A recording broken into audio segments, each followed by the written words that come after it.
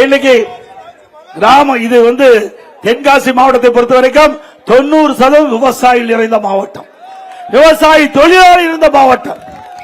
2 கண் ஒரு மனிதனுக்கு 2 கண் மாதிரி, ஒன்று விவசாய தொழிலாளி, இருவர்களையும் காப்பாற்றுவது அதிமுகவுடைய அரசாக இருந்தது. விவசாயிகளுக்கு பயிர்க்கடன் தள்ளுபடி, அதோட விவசாயிக்கு மும்முனை மின்சாரம் 24 மணி நேரம் கொடுத்த விவசாயி. அந்த 24 மணி நேரம் மும்முனை மின்சாரம் கொடுத்ததுனால விவசாய தொழில் சிறந்தது. விவசாய தொழிலாளிக்கு முழுமையான பணி மகிழ்ச்சியா இருந்தாங்க. திமுக ஆட்சிக்கு வந்தாங்க, சுட்டுமுறையை போட்டாங்க. அதனால விவசாய பணி முடங்குகிறது. அதோட இன்றைக்கு பல ஆண்டுகளாக ஏரி குளம் குட்டை எதுவுமே தூர்வாராம இருந்தது. அதிமுக ஆட்சியில குடிமராமத்து திட்டத்தை கொண்டு வந்து விவசாயிகள் பங்களிப்போடு ஏரி குளம் குட்டை அனைத்தும் தூர்வாரப்பட்டது. அதனால ஏரிகள் ஆழமான, குட்டைகள் ஆழமான, கண்மாய்கள் ஆழமாக்கப்பட்டது. பெய்கின்ற மழை நீர் முழுவதும் சேமித்து வைத்து கோடை காலத்தில் நிலத்தடி நீர் உயர்ந்து குடிப்பதற்கு தேவையான நீர், வேளாண்மைக்கு தேவையான நீரை கொடுத்த அரசாங்கம் அதிமுக அரசாங்கம். பொதுப்பணித்துறையின் சார்பாக தமிழகத்திலே 14,000 ஏரிகள் இருக்கின்றன.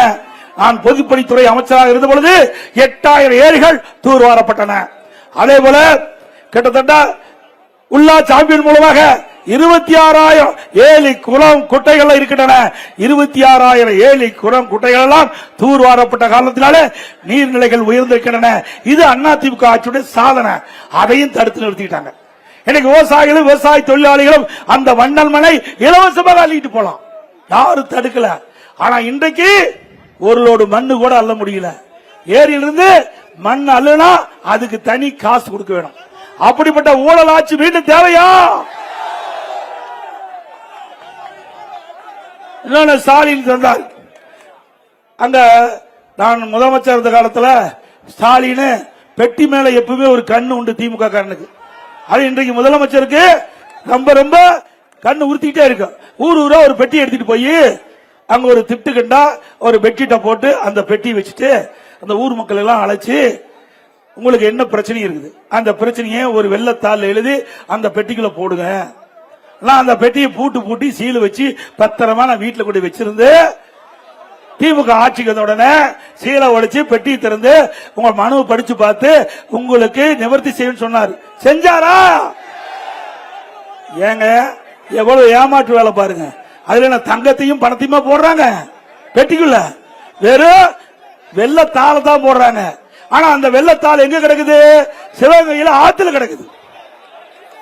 எப்படி மக்களை ஏமாற்றி கவர்ச்சிகரமா பேசி வாக்குகளை பெற்று ஆட்சிக்கு வந்த அரசு திமுக அரசு என்பதை நாம் உணர வேண்டும். அப்படி மக்களை ஏமாற்றுவதில் தில்லாடிகள் திமுக கட்சிக்காரர். அதோட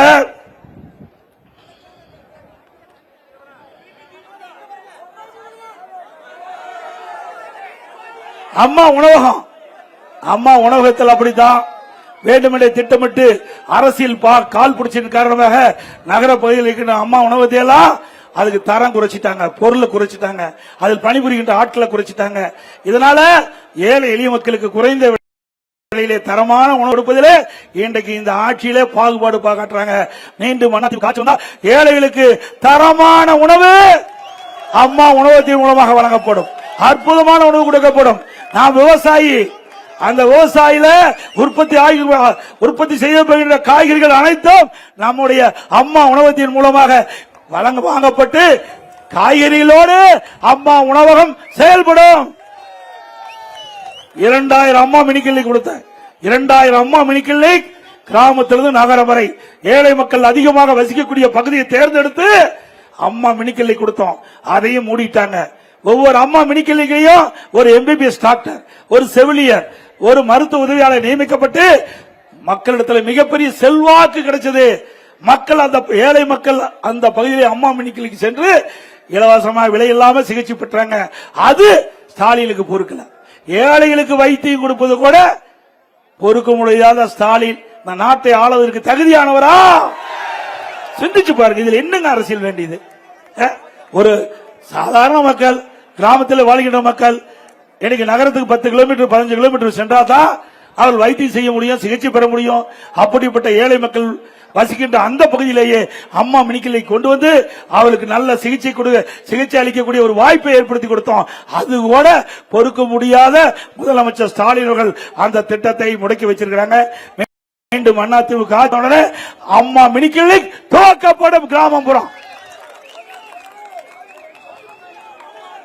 அதே போல அதிமுக ஆட்சிக்கு உடனே ரேஷன் கடையில விலையில்லா அரிசி கொடுத்துட்டு இருக்கிறோம். இனிமேல் விலையில்லா பருப்பு, விலையில்லா எண்ணெய் கொடுக்கப்படும். விலையில்லா சமையல் எண்ணெய் காசு கொடுக்க வேண்டிய அவசியமே இல்ல. அதிமுக ஆட்சி மலர்ந்த உடனே பருப்பும் எண்ணெயும் விலையில்லாம ரேஷன் கடையில வழங்கப்படும். அது மட்டுமல்ல, இப்பொழுது வழங்கப்படுகின்ற அரிசி தர குறைவாக இருப்பதாக எங்கிட்ட சொன்னாங்க. இனி கடையில எப்படி அரிசி வாங்குறீங்களோ அதே போல ரேஷன் கடையிலும் தரமான அரிசி கொடுக்கும். டபுள் பாயிலிங் போட்டா தரமான அரிசி கிடைக்கும் என்று அந்த அரிசி ஆலை அதிபர்கள் என்னிடத்திலே தெரிவித்தார்கள். அவர்களெல்லாம் அழைத்து பேசினேன்.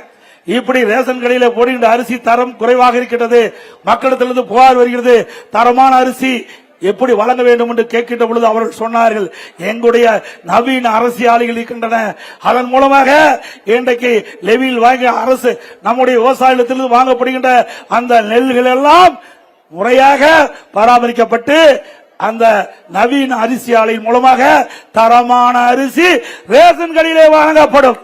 இனிமே கடையில போய் 1 கிலோ கூட வாங்க வேண்டிய அவசியம் இல்ல, தரமான அரிசி கொடுப்பேன். இது நிச்சயம். அதை நான் நேரடியாக கண்கூடாக பார்த்து விட்டேன். இந்த அரிசி எப்படி கொடுக்க முடியும் என்று நான் அரிசி ஆளுகளை சந்தித்து ஆலோசனை நடத்திய பொழுது அவர்கள் தெரிவித்தார், இதை இப்படி செஞ்சா நல்ல அரிசி கிடைக்கும். கடையில் இருக்கிறார்